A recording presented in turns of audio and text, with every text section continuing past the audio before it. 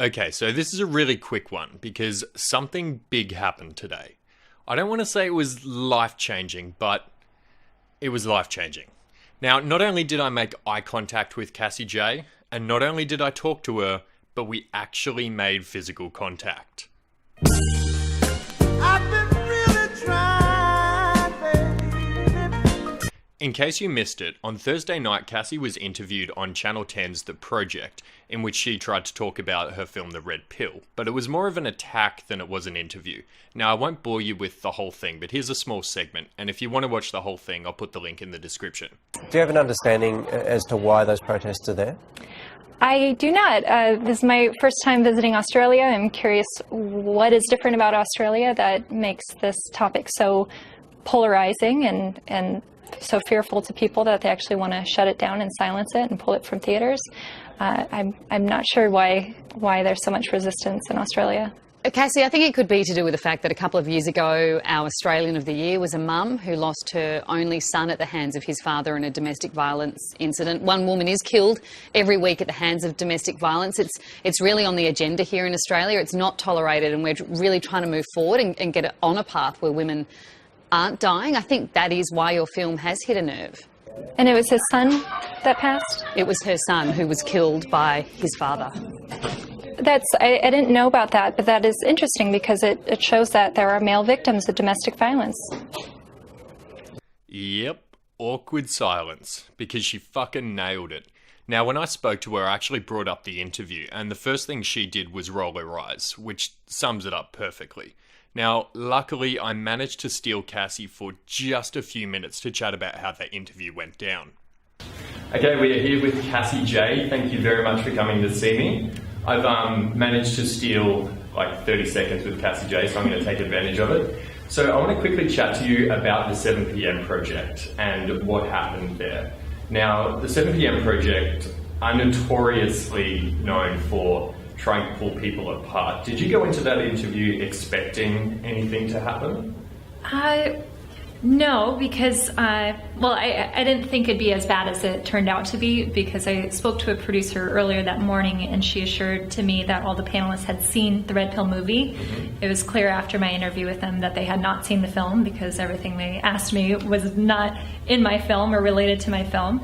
And they were repeating misinformation about myself and the Red Pill movie that has been copied and repasted in all these articles, especially in Australia, to discredit me in the film.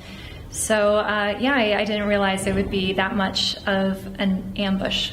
Yeah. Now, the interview itself looked fairly edited. How long was the interview, and what sort of things did they forget to include? Well, my interview with them was at least 15 minutes long, and less than 5 minutes made it to airing. Mm-hmm. So some of the questions and answers that they deliberately cut out of my interview was they asked me how the film was funded. Was it funded by MRAs? And I explained very well how the film was funded, and they chose to take that out of the aired episode, and they also included in their little video intro to my segment saying that it was funded by MRAs with over 2,000 person figure next to the word MRAs, suggesting that over 2,000 MRAs funded my film, which is entirely untrue and misleading. And I dispelled that myth because it wasn't funded by MRAs. It was funded by 3 self-identifying feminists, myself, my mother, who's my producer, and my camera person, my fiance. And then I turned to Kickstarter to fund the post-production of the film so that I could keep complete creative control over the project. And feminists, as well as MRAs and people in the middle, funded the Kickstarter campaign, so all across the board, and none of them had any influence or say over the final product. So the film that is the Red Pill movie was entirely my own creation and choice, and I wasn't influenced by any kind of organization or outside funding to make a propaganda piece or anything that the project is trying to suggest. Have you had any similar issues with other forms of Australian media, or was it primarily them? I believe there has been a lot of Australian press that has taken a similar approach to the project. I'm trying to remember them off the top of my head.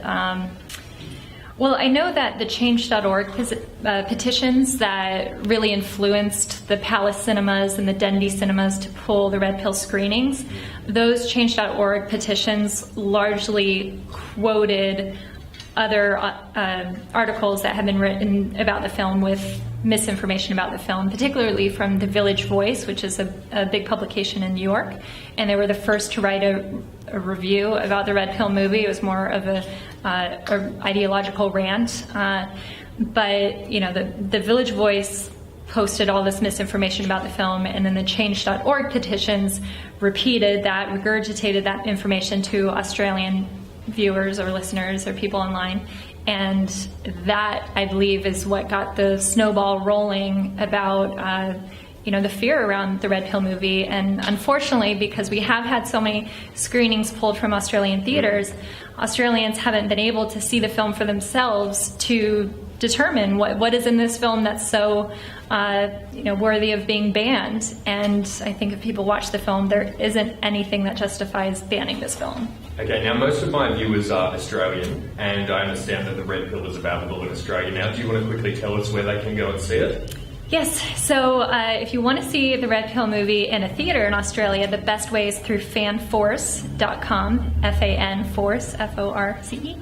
And if you want to see it online in the privacy of your home because you're worried of what people will think of you if you go to a theater about men's rights, then there are a couple ways you can see it as an Australian online. So we are finally now on Google Play as of this week, and we are currently the best-selling documentary on Google Play in Australia. And we just released it on there 2 days ago. So you can watch it on Google Play online. There's also Vimeo. You can rent it or buy it on there. And Amazon Prime, that's a new release in Australia. You can watch it on Amazon Prime. All right, Cassie Jaye, thank you very much for your time. Thank you.